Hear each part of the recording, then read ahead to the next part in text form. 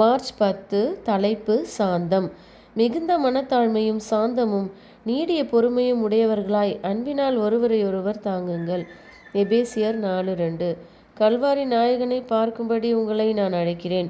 தலையில் முட்கிரீடம் சூட்டப்பட்ட அவமான சின்னமாகிய சிலுவையை சுமந்த அவமானத்தின் பாதையில் அடிமேல் அடி வைத்து சென்றவரை நோக்கி பாருங்கள். துக்கம் நிறைந்து காணப்பட்டவரை, துன்பத்துடன் பழக்கப்பட்டவரை, மனிதரால் வெறுக்கப்பட்டு புறக்கணிக்கப்பட்டவரை நோக்கி பாருங்கள். மெய்யாகவே அவர் நம்முடைய பாடுகளை ஏற்றுக்கொண்டு நம்முடைய துக்கங்களை சுமந்தார். நாமோ அவர் தேவனால் அடிபட்டு வாதிக்கப்பட்டு சிறுமைப்பட்டவர் என்று எண்ணினோம்.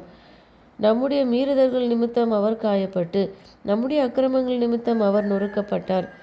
நமக்கு சமாதானத்தை உண்டு பண்ணும் ஆக்கினை அவர் மேல் வந்தது. அவருடைய தழும்புகளால் குணமாகிறோம்.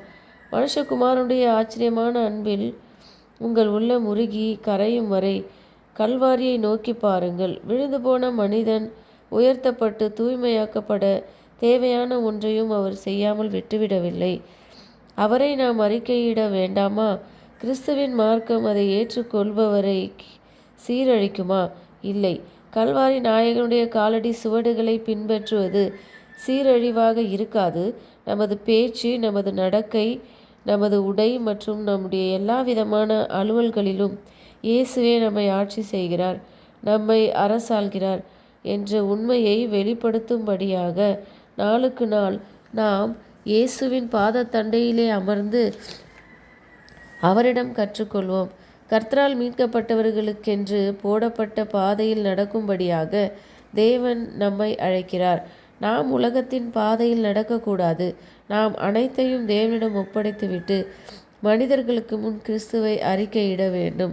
மனுஷர் முன்பாக என்னை மறுதலிக்கிறவன் எவனோ அவனை நானும் பரலோகத்தில் இருக்கிற என் பிதாவின் முன்பாக மறுதலிப்பேன். வாழ்க்கையிலும் செயலிலும் தேவனை மறுதலித்துவிட்டு நம்மை கிறிஸ்துவர்கள் என்று சொல்லிக் கொள்வதற்கு நமக்கு என்ன உரிமை இருக்கிறது? தன் சிலுவை எடுத்துக்கொண்டு என்னை பின்பற்றாதவன் எனக்கு பாத்திரன் அல்ல. தன் ஜீவனை காக்கிறவன் அதை இழந்து போவான். என் நிமித்தம் தன் ஜீவனை இழந்து போகிறவன் அதை காப்பான். நாளுக்கு நாள் நாம் சுயத்தை மறுதலித்து சிலுவையை உயர்த்தி எஜமானுடைய பாத சுவடுகளை பின்பற்ற வேண்டும்.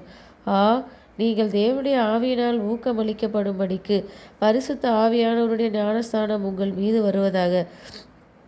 அப்பொழுது நீங்கள் நாளுக்கு நாள் அதிகமாய் கிறிஸ்துவின் சாயலுக்கு ஒப்பாக மாற்றமடைவீர்கள்.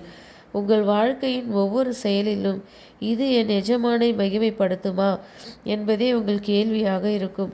நீடிய பொறுமையினால் தொடர்ந்து நற்கிரியையை செய்வதன் மூலம் நீங்கள் மகிமையையும் கனத்தையும் தேடி சாவாமை என்னும் பரிசை பெறுவீர்கள். ஆமேன்.